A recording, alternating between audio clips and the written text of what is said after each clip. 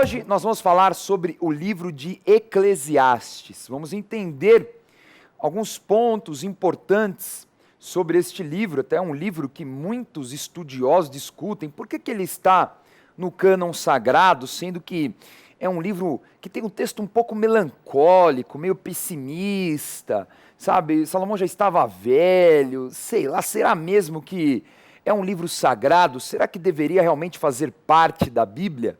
Então nós vamos ver com o estudo de hoje que realmente tem que estar na Bíblia, porque nós vamos ver muitos detalhes sobre como a relação com Deus é mais importante do que a relação com qualquer outro ser humano ou com a natureza. Basicamente, é isso que o livro de Eclesiastes vai nos ensinar. O livro de Eclesiastes foi escrito por Salomão, Eclesiastes de Salomão. Muitos acreditam no ano 935 a.C. Então já eram os últimos 5 anos de vida de Salomão. É claro que ele foi compilado muitos séculos depois e traduzido para a língua grega, que nós chamamos de Septuaginta.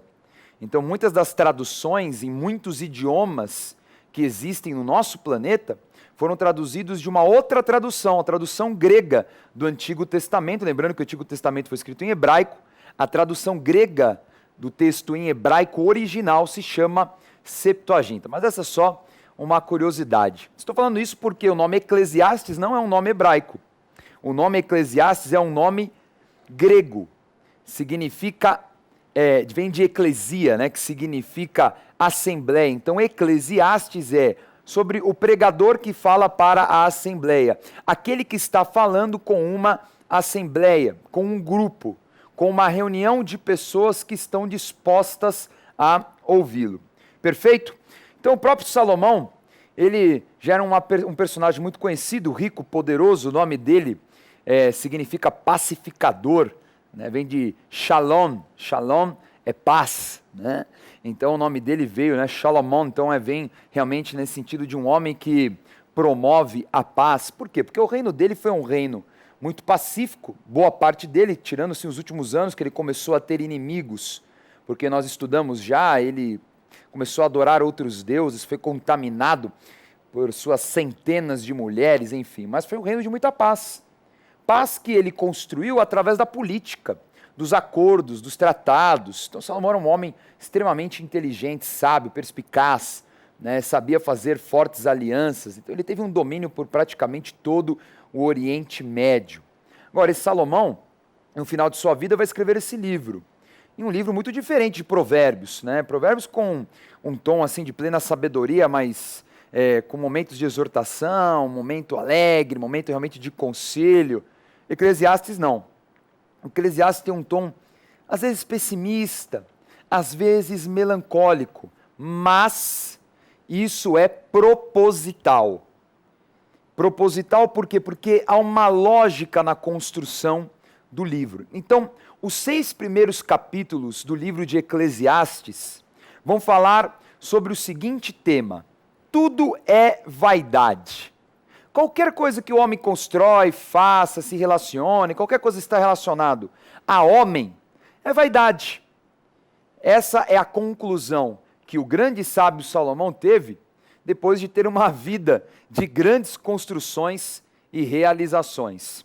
Agora vemos que a palavra vaidade, ela vai aparecer neste livro, aliás, todo o livro, ainda que nós foquemos nos primeiros 6 capítulos esse tema, a palavra vaidade vai aparecer em todos os capítulos. E a palavra vaidade, que é rebel, né, significa, aparece 37 vezes no livro de Eclesiastes. O sentido da palavra em hebraico é de vento, de sopro, de algo que passa, algo passageiro. Então falar de vaidade não é aquele sentido narcisístico, né, de vaidade, aquela coisa, né, que se preocupa com a imagem, não é bem esse sentido vaidade que nós estamos acostumados na língua portuguesa. Mas vaidade o que é? Coisa passageira. Tudo é passageiro. A vida aqui na Terra é uma passagem. Tudo o que acontece é uma passagem. Então é exatamente essa mensagem que Salomão se propõe nos primeiros capítulos. Absolutamente tudo na tua vida é passageiro. Então o que você tem construído agora para a vida eterna com Jesus Cristo para realmente viver o reino dos céus? Essa é uma boa pergunta para você que está em casa, e Salomão está propondo isso nos primeiros capítulos do seu livro. Agora, já o próximo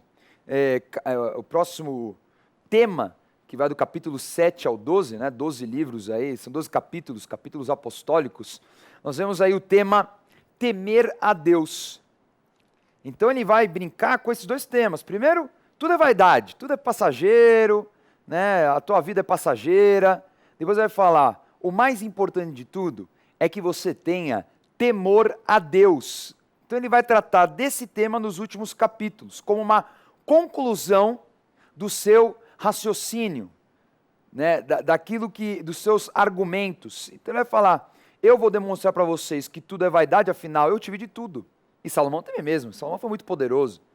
Então ele tinha autonomia para falar isso. É o seguinte, eu estou falando daquilo que eu sei. Além de ser o mais sábio, eu sou o mais rico. Então ele tinha todo o respaldo para reforçar a sua opinião, e um monte de argumentos, vamos colocar assim.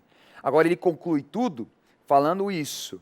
Tudo é vaidade, o mais importante é você temer a Deus. Até porque todos nós estamos na mesma condição, na condição humana. Cada um, é claro, nasce numa condição diferente de vida, social, cada um tem uma história. É claro, nós somos diferentes, mas todos nós somos seres humanos. Todos viemos do pó e para o pó nós iremos. Qual é a diferença? A diferença é o que vem depois do pó. Depois do pó vem a eternidade, a vida espiritual. Por isso que ele conclui nesse sentido. Não é à toa que as palavras debaixo do sol aparecem 29 vezes no livro de Eclesiastes.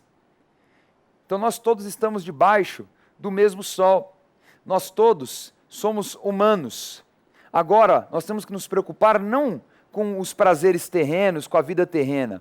Não que isso seja irrelevante, mas o mais importante é desenvolver o seu relacionamento com Deus. É essa que o sábio Salomão, é essa conclusão que o sábio Salomão ele chega. Muito bem, então nós vamos ver também que Cristo aparece nesse livro como o doador da vida. E Salomão vai estimular o leitor, mesmo num tom assim um pouco melancólico, o quê? Reflita nisso. Quem é o doador da vida? Quem realmente tem poder sobre tudo? Quem criou sobre tudo? E tudo acontece por vontade de quem? De Deus. Então, o ponto-chave do entender o livro de Eclesiastes é: tudo está convergindo para Deus. Então, eu preciso também estar nessa conversão. Bom, eu separei aqui para a aula de hoje vários trechos do livro de Eclesiastes para nós discutirmos. São trechos conhecidos, são trechos que vão resumir também esses dois temas que nós vamos estudar, que tudo é vaidade e temer a Deus, os dois, essa antítese aí maluca, Então vamos começar lendo o capítulo 1, que é exatamente a apresentação do pregador. Salomão falando o objetivo do seu livro. Vamos lá. Vamos lá, Eclesiastes capítulo 1. Vaidade de vaidades, diz o pregador. Vaidade de vaidades, tudo é vaidade. Apliquei o coração a esquadrinhar e a informar-me com sabedoria de tudo quanto sucede debaixo do céu. Este enfadonho trabalho impôs Deus aos filhos dos homens, para nele os afligir. Porque na muita sabedoria há muito enfado, e quem aumenta a ciência, aumenta a tristeza. Então você vê um tom um pouquinho melancólico, meio triste. Talvez realmente Salomão, depois de se misturar com suas mulheres estrangeiras e ele realmente descobrir a notícia, que Deus já tinha separado Jeroboão para dominar as 10 tribos do norte, Salomão começa a enxergar alguns dos seus erros. Aí, um sábio tem que enxergar que também comete erros. Então primeiro ele fala, olha, já quero falar, tudo é vaidade. Tudo que eu fiz, tudo que eu construí é passageiro. Agora, o ponto é, ele fala, talvez só até um pouco arrogante, mas ele fala, olha, eu apliquei a minha vida em entender as coisas, em estudar, em ser sábio, eu tenho um monte de diploma, todos os povos reconhecem a minha sabedoria. Mas ele fala, a sabedoria também traz muito enfado, a sabedoria traz muito peso. E quanto mais ciência, mais tristeza. Mas como assim, Bispo Gito? Então é ruim estudar, Bispo Daniel, é ruim estudar? É ruim? Como é que pode ser isso então? Não é que é ruim, é uma bênção você estudar, é uma bênção você ter mais conhecimento, é uma bênção você dominar a palavra de Deus. O ponto é que ele está falando que o excesso de sabedoria e conhecer a muitas coisas também traz tristeza, porque traz mais problemas. Ele começa a enxergar mais coisas que talvez a ignorância impede de enxergar. E às vezes quando você tem uma notícia, descobre algo, pode ser que te entristeça. Você até fala assim, puxa, melhor eu nem saber disso aí, eu preferia não descobrir. Depende. Agora tem muita gente que não gosta de viver a realidade, gosta de fugir dela. Salomão fala, olha, você vai descobrir cada vez mais a realidade e conhecer as coisas, e isso é capaz de trazer tristeza. Quanto mais você conhece o homem, quanto mais intimidade você tem, por exemplo, com o ser humano, você acaba também vendo mais fraquezas, mais defeitos. Então, olha só o que acontece com Salomão. Salomão fala, eu sei de tudo, e tem coisas que me entristecem. E isso, com certeza, faz sentido. Vamos ver agora um trecho do capítulo 3. Vamos lá, Eclesiastes capítulo 3. Tudo tem o seu tempo determinado, e há tempo para todo o propósito debaixo do céu. Sei que tudo quanto Deus faz durará eternamente. Nada se lhe pode acrescentar e nada lhe tirar. E isto faz Deus para que os homens temam diante dele. O que é já foi, e o que há de ser também já foi. Deus fará renovar-se o que se passou. Vamos discutir duas coisas nesse texto. Primeiro é que fala que tudo tem o seu tempo determinado. Talvez você que esteja em casa fale assim, então existe predestinação? Salomão está defendendo a predestinação? Absolutamente não, porque se houver predestinação, então não existe livre arbítrio, não existe livre escolha. Somos então marionetes, bonecos cumprindo um enredo de Deus. E essa não é a verdade. Agora, eu não posso desprezar que Deus sabe todas as coisas. Sabe porque Ele é eterno. Então não há predestinação no sentido que nós vivemos em circunstância de tempo. Mas alguém que está na eternidade que não tem tempo, o tempo faz parte da eternidade, mas a eternidade é eterna, não tem fim. Então, é diferente essa relação com o tempo. Nós humanos vivemos em circunstância do tempo. Você está vendo aí o relógio passando, não é? O ponteiro está passando, está passando, está passando. Deus não, Deus está acima de tudo isto. Ele é o Criador. Então Ele sabe tudo o que vai acontecer, mas Ele não predestinou. Ele permite que você faça a sua própria escolha. Nós vemos também aqui uma discussão interessante daquilo que o próprio apóstolo Paulo fala, ainda sobre o tema de tempo. Eu me esqueço das coisas que passaram e eu vou prosseguir para as que estão diante de mim. Filipenses 3,13. Nós vemos também na segunda carta aos Coríntios, capítulo 5, versículo 17. A nova criatura, Deus faz coisas novas. Ele vai te dar a novidade de vida se você se esquecer daquilo que é velho. Deus não quer mais que você se relacione com o velho. Mas isso depende de você. Porque senão, aí seria uma predestinação. Então você tem a liberdade de escolher. Eu vou continuar vivendo do velho ou eu quero viver o novo? Vamos ver agora o próximo capítulo.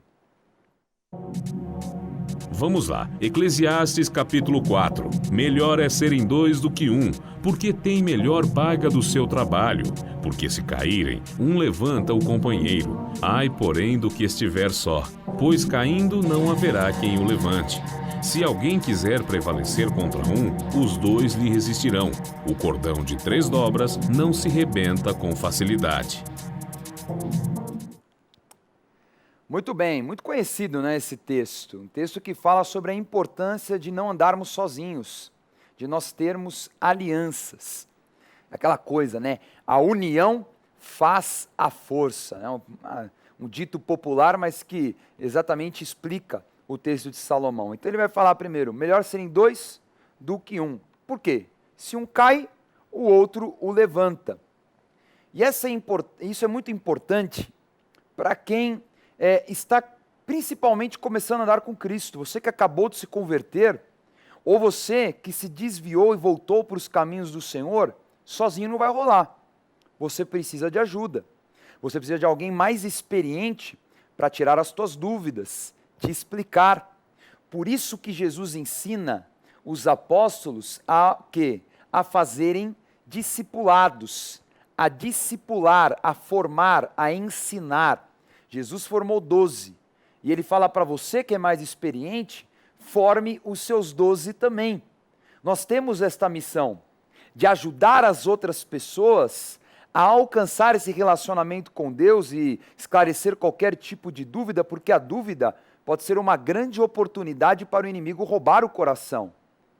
E o mais experiente como um atalaia, como alguém que sabe a importância do acompanhamento, está ali do lado, para impedir que Satanás roube o coração. Tem coisas que realmente não são fáceis. Precisa de um apoio de oração, precisa de uma visita, precisa de uma palavra, uma visita em casa.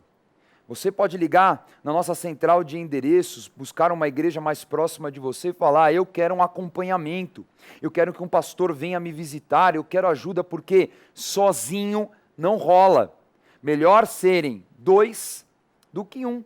E fala do poder da aliança, que exatamente é o quê? O cordão de 3 dobras. Essa união que faz a força. 3 dobras, muito mais resistente. Então, quando eu ando em aliança, eu tenho mais força e resistência.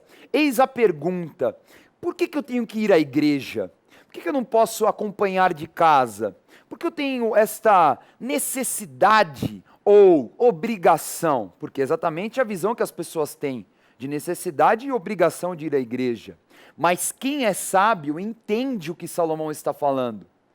Que eu vou à igreja por causa da união, por causa da aliança, da comunhão, onde 2 ou mais estiverem reunidos em nome de Cristo, ali ele está presente. O que é ligado na terra está ligado nos céus. Mateus 18, 18 e 19. Ou seja, eu vou ali porque ali eu tenho autoridade, porque aquele cordão de 3 dobras não pode arrebentar. Então eu quero estar cada dia mais junto com o corpo de Cristo, porque eu sei que isso me dá força para enfrentar as minhas lutas e adversidades, coisas que podem surgir, mas eu estou muito bem fundamentado na igreja, eu estou enraizado, eu não vou dar o fora, eu não vou ficar louco, eu não vou ficar desesperado, porque tem pessoas comigo, orando, me acompanhando, eu tenho uma igreja que realmente ora por mim, então eu preciso estar na igreja, e esse é um conselho de Salomão para os nossos dias. Aliás, ele falou, né? Eu sou pregador para uma assembleia. E a palavra igreja vem da palavra eclésia, eclesiastes. Perfeito? Vamos ver agora o capítulo 5. Vamos lá, Eclesiastes capítulo 5. Quando a Deus fizeres algum voto, não tardes em cumpri-lo, porque não se agrada de tolos. Cumpre o voto que fazes. Melhor é que não votes do que votes e não cumpras. Não consintas que a tua boca te faça culpado, nem digas diante do mensageiro de Deus que foi na advertência. Por que razão se iraria Deus por causa da tua palavra, a ponto de destruir as obras das tuas mãos? Então nós vemos aí, agora já é uma exortação, já é algo contundente. Ele fala sobre voto. Você faz um propósito com Deus, visando um outro propósito a ser realizado divinamente, sobrenaturalmente. Agora, fez voto, cumpra. Você fez um voto na igreja, por exemplo, de um trabalho, ó Senhor, se o Senhor abrir uma porta X, realizar tal milagre, então eu vou me dedicar a isso. Você cumpra. E cumpra rapidamente. Não empurra com a barriga não, porque o próprio Salomão fala, é maldição. As obras das tuas mãos podem ser destruídas. Então veja, você fez um voto financeiro. Você, por exemplo, fez um compromisso com Deus. Eu vou ajudar a TV, eu vou ajudar a igreja. Mas eu pago quando der. Olha o que Salomão aqui ensina. Fala, você fez um voto, você cumpra o mais rápido possível. Então, por exemplo, Bispo Daniel, recebi meu salário, qual a primeira coisa que eu vou fazer? Cumprir o meu voto. Eu acho muito legal, por exemplo, o nosso voto de Dia da Conquista, você pode ter o débito automático, até para impedir de você ter um possível esquecimento. Pois é, que não deveria se esquecer, porque se está orando, sempre está pensando no assunto. Eu fiz um voto de jejum, eu vou cumprir. Puxa, esqueci agora. Não, eu tenho que retomar o jejum. Pode acontecer? Pode. Pede perdão e ore mais para que não aconteça. Agora, olha muito bem aqui até o termo que Salomão coloca. Ele fala assim, quando vier um mensageiro de Deus, ou seja, quando vier alguém te cobrar, pode ser espiritualmente ou humanamente, não vem falar que, puxa, não prestei atenção e tal. Nada a ver. Você sabe a tua responsabilidade, você fez algo diante de Deus. Não é algo que você fez com o homem. Então, voto é sempre algo muito sério e espiritual. Vai fazer um voto, esteja consciente e cumpra. Tá certo? Vamos ler o capítulo 9. Vamos lá, Eclesiastes capítulo 9. Para aquele que está entre os vivos há esperança, porque mais vale um cão vivo do que um leão morto. Porque os vivos sabem que hão de morrer, mas os mortos não sabem coisa nenhuma, nem tampouco terão eles recompensa, porque a sua memória jaz no esquecimento. Tudo quanto te vier à mão para fazer, faze-o conforme as tuas forças, porque no além, para onde tu vais, não há obra, nem projetos, nem conhecimento, nem sabedoria alguma. Muito legal esse texto, você pode ler um texto complementar na primeira carta aos Tessalonicenses, capítulo 4, em que o apóstolo Paulo fala sobre exatamente o que acontece com os mortos. Salomão é muito esclarecido sobre o assunto. Ele fala, os mortos estão mortos, não estão fazendo nada, estão ali, fisicamente foram para o pó e estão, na verdade, já diante de Deus no juízo final, porque a palavra fala que no abrir e fechar de olhos estaremos na presença de Deus. Então, é estranho para nós isso, porque nós vivemos em circunstância do tempo, então a gente vai ao cemitério e vê ali um monte de jazigo e a gente pensa, tem um monte de gente morta aqui. Claro, é óbvio, um monte de pó, esqueleto, coisa do gênero. Mas, no mundo espiritual, já estão diante de Deus, porque não existe tempo. Por isso que fala que Jesus foi crucificado no início dos tempos, porque já aconteceu na eternidade. E se materializou na condição de tempo. E Salomão já entendia isso, ele já conseguia dissertar sobre isso, ele podia discutir esse assunto com você, porque por mais que ele não teve ainda o conhecimento de Jesus Cristo e da salvação, da plenitude da salvação, ele já tinha sabedoria profunda sobre o assunto e enxergava. Morto, faz nada. Não tem alma penada, não tem espírito vagando, eu vejo gente morta, isso não existe. Eles estão fazendo nada. Então eles estão o quê? Para nós, descansando num cemitério, é pó, faz nada. Mas já estão no juízo final. E é interessante isso, porque no final ele fala, olha, até mesmo na eternidade, não tem trabalho, projeto, conhecimento, sabedoria alguma. Nós teremos a nossa condição transformada, não é mais esse corpo físico que vai morrendo desde o dia que nasceu, vai apodrecendo desde o dia que nasceu e envelhecendo. O nosso corpo será glorificado, nós seremos seres espirituais, não seremos anjos, seremos outros seres.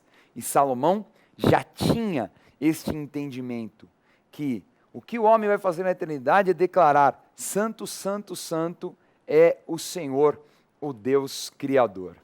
Vamos ler agora o capítulo 11. Vamos lá, Eclesiastes capítulo 11. Lança o teu pão sobre as águas, porque depois de muitos dias o acharás. Reparte com 7, ainda com 8, porque não sabes que mal sobrevirá à terra. Semeia pela manhã a tua semente, e à tarde não repouses a mão, porque não sabes qual prosperará. Se esta, se aquela, ou se ambas igualmente serão boas. Esse texto, Salomão ensina sobre semeadura. Qual que é o segredo da semeadura? Ele fala aqui, e resumindo, trabalhe hoje, porque você não sabe o que vai acontecer amanhã. Semeie, porque se você não semear, você não vai colher. Nós vemos como o apóstolo Paulo é muito ligado ao livro de Eclesiastes nos seus argumentos nas epístolas, ou chamadas também cartas, para simplificar. Ele fala exatamente isso em Gálatas 6,7. De Deus não se zomba. O que o homem plantar, ele vai colher. O que o homem não plantar, ele não vai colher. Então Salomão fala, na boa, vai trabalhar. Todo mundo quer ficar rico, todo mundo quer estar bem, todo mundo quer ter o dom de adquirir riquezas. Qual o caminho? Trabalhar e ter a bênção de Deus. Ficar encostado em casa, ou ter vida fácil, atalho, esquema, corrupção, isso com certeza vai te dar apenas uma passageira riqueza. Agora, Paulo fala o quê? Vamos jogar segundo as regras, primeira carta aos Coríntios, capítulo 9. Não tem outro caminho, irmão. Tem que trabalhar, tem que se movimentar, tem que ir em direção ao seu sonho, construir passo a passo, não existe atalho, Deus trabalha com caminhos. Tem que estudar, tem que se formar, tem que pós-graduar, tem que entender o mercado, tem que trabalhar, suor. É essa condição que Deus deu a Adão. Adão pecou, Eva também, não adianta agora a gente ter raiva deles, já aconteceu. E para sobreviverem, vão ter que trabalhar. E no conceito de vida que nós temos hoje, tão capitalista, nada mudou, tem que trabalhar. Mudaram os meios de compra, de adquirir bens, alimento, com certeza, meio de produção completamente diferente da antiguidade, mas continua com o mesmo caminho, eu tenho que trabalhar. Salomão era um cara insaciável, você vai ver ele todo o tempo trabalhando, construindo. Bom, só os palácios e o templo, 20 anos, então ele era um cara preparado para falar sobre trabalho. Vamos continuar lendo o capítulo 11 e o comecinho no capítulo 12. Vamos lá, Eclesiastes capítulo 11 e 12. Alegra-te, jovem, na tua juventude, e recreie-se o teu coração nos dias da tua mocidade. Anda pelos caminhos que satisfazem ao teu coração e agradam aos teus olhos. Sabe, porém, que de todas estas coisas Deus te pedirá contas. Lembra-te do teu Criador nos dias da tua mocidade, antes que venham os maus dias e cheguem os anos dos quais dirás: não tenho neles prazer. E o pó volte à terra, como era, e o espírito volte a Deus, que o deu. Daí nós vemos esse sentimento de Salomão falando sobre temor a Deus. A pergunta, existe limite? Eu posso qualquer coisa? Muitas pessoas chegam à igreja e perguntam isso. Ah, bispo, agora me converti, pode beber? Pode fumar? Pode isso, pode aquilo? Porque a pessoa já tem um pensamento religioso, que cheio de proibições, nada pode, vai ser chata a minha vida. Será? Ou é melhor eu ter uma vida séria, decente, mas com prazer, dentro de algo que não fira a minha santidade e o meu corpo? Porque tem tantas formas de ser feliz. Agora, felicidade, quanto dura? Eu quero buscar uma felicidade que seja eterna, que seja constante. Acho que isso é o que todo mundo procura, né? Ah, eu quero ser feliz. Ah, então o que eu posso fazer para ser feliz? Bom, Salomão começa a passagem falando assim, ó, você que é jovem, alegra-te, faz tudo o que o teu coração tem vontade. Bom, se você pegar a primeira parte desse versículo, você vai falar, nossa, cara, já vou para a balada, eu vou acabar com a minha vida, eu vou curtir. Espera aí. Aí, Salomão fala no final do versículo, Mas sabe, porém, que de todas estas coisas Deus te pedirá contas. Ou seja, tem um preço. Tudo na vida tem um preço. E um dia vem a conta. Será que você está pronto para pagar? Será que você tem condições para pagar? Então aquela classe que não pode beber, bom, será que convém beber? Será que você tem domínio próprio? E se você ceder, você vai dar conta pelas consequências? É isso que eu tenho que estudar. Por isso que o apóstolo Paulo fala na primeira carta aos Coríntios, capítulo 6, versículo 12. Todas as coisas me são lícitas. Eu posso tudo, mas nem tudo me convém, nem tudo edifica. Eu não vou me deixar dominar por estas coisas. E é aí que muito jovem se perde, porque ele sempre fala, eu estou no controle, não, eu consigo, eu seguro a onda, imagina. E quando vê, está pego.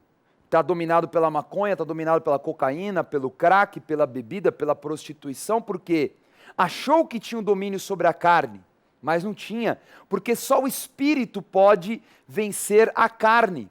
Como o Espírito vai vencer a carne se você opta pela carne? Não tem como. Ou escolho um, ou eu escolho o outro. Então, Salomão, ele é justo com você. Ele fala, você pode fazer o que você quiser, só que saiba que você vai dar contas. E o problema é você chegar lá na frente, ter curtido a vida e depois não ter mais prazer em nada. Porque o preço foi muito alto. E ele retoma o ponto. Nós vamos todos voltar para o pó. E depois? Quantas pessoas que achavam que estavam no controle, que podiam fazer o que queriam, e agora estão longe da casa do Senhor, estão perdidos, muitos desviados. E quando voltar para o pó, o que vai acontecer depois? Então, a sabedoria, sem dúvida, é como fala em Provérbios 1:7, é o temor a Deus. E assim nós vamos concluir com a última leitura de hoje, no capítulo 12. Vamos lá, Eclesiastes capítulo 12.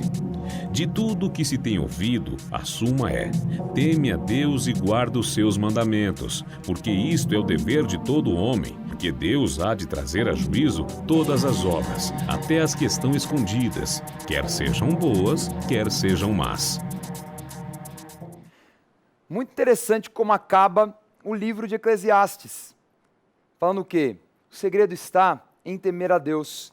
Salomão, depois de ter casado com 1000 mulheres, depois de ter construído tanta coisa, ser um homem que foi poderoso, de tudo, ele fala, bom, eu chego à conclusão que tudo isso é passageiro, é vaidade, que o que vale a pena é temer a Deus e obedecer os seus mandamentos. Ponto. É isso. É isso que todo homem deveria entender, era isso que todo homem deveria realizar e ter como sentido de vida. Agora, é diferente, né, como no versículo anterior que nós lemos, que ele fala, faz o que você quiser da tua vida. Agora ele fala, olha, é melhor você obedecer os mandamentos. Então ele usa isso de forma proposital para que realmente você desenvolva essa reflexão. Eu posso absolutamente todas as coisas, mas será que vai valer a pena? Será que não vale a pena obedecer do que depois sacrificar anos de saúde, sacrificar a família, sacrificar um casamento, sacrificar os filhos? O que realmente vale a pena? Então o segredo está, eu vou temer a Deus, entender mais quem é Ele, desenvolver este relacionamento maravilhoso. Isso sim vai me dar sabedoria e felicidade. Então estudamos o livro de Eclesiastes e antes de resumir eu quero dar a dica Gospel Bay de hoje, que é a Bíblia Apostólica, com esta lindíssima capa marrom. Essa aqui é a Bíblia original, né? A primeira Bíblia Apostólica anotada pelo servo de Deus, apóstolo Esteban Hernandes. Com 40 estudos, 40 ministrações de ofertas, 40 perfis de personagem e mais de 5.000 notas de referência com muitas revelações, 40 anos de ministério do apóstolo. Olha, esta Bíblia é incrível. Para quem já estuda, quem já é estudioso da palavra de Deus, que tem muitas Bíblias anotadas, pode comprar essa para você fazer uma comparação, você vai se surpreender. Agora, você que acabou de se converter, você que tem sede da palavra, está aí. Essa é a Bíblia. Você vai ter esclarecimento, não só histórico, mas também espiritual, de todo este texto. Então, você ligue agora mesmo para o Televendas do Gospel Bay, 3500-1222, ou se preferir, compre com segurança também pela internet, gospelbay.com.br. O pagamento é facilitado e você vai receber com toda a comodidade e segurança na tua casa. O Gospel Bay é a loja virtual da Rede Gospel de televisão. Nova loja Gospel Bay. Os seus artigos preferidos agora estão ainda mais acessíveis no site gospelbay.com.br. Mais ágil, mais simples e mais seguro. Acesse agora mesmo o novo site gospelbay.com.br e boas compras. Chegou a hora da revisão do livro de Eclesiastes.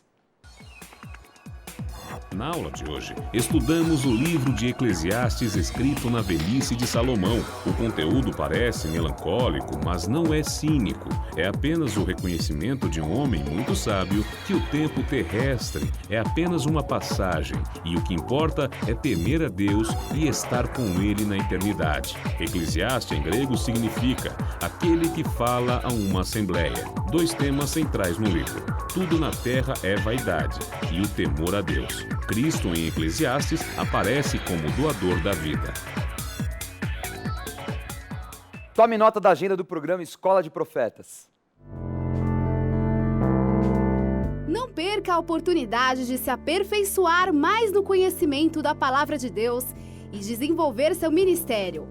Participe dos cursos do Centro de Estudos Apostólico. Para mais informações, acesse ceaapostólico.com.br ou entre em contato pelo telefone 11 3203 0641.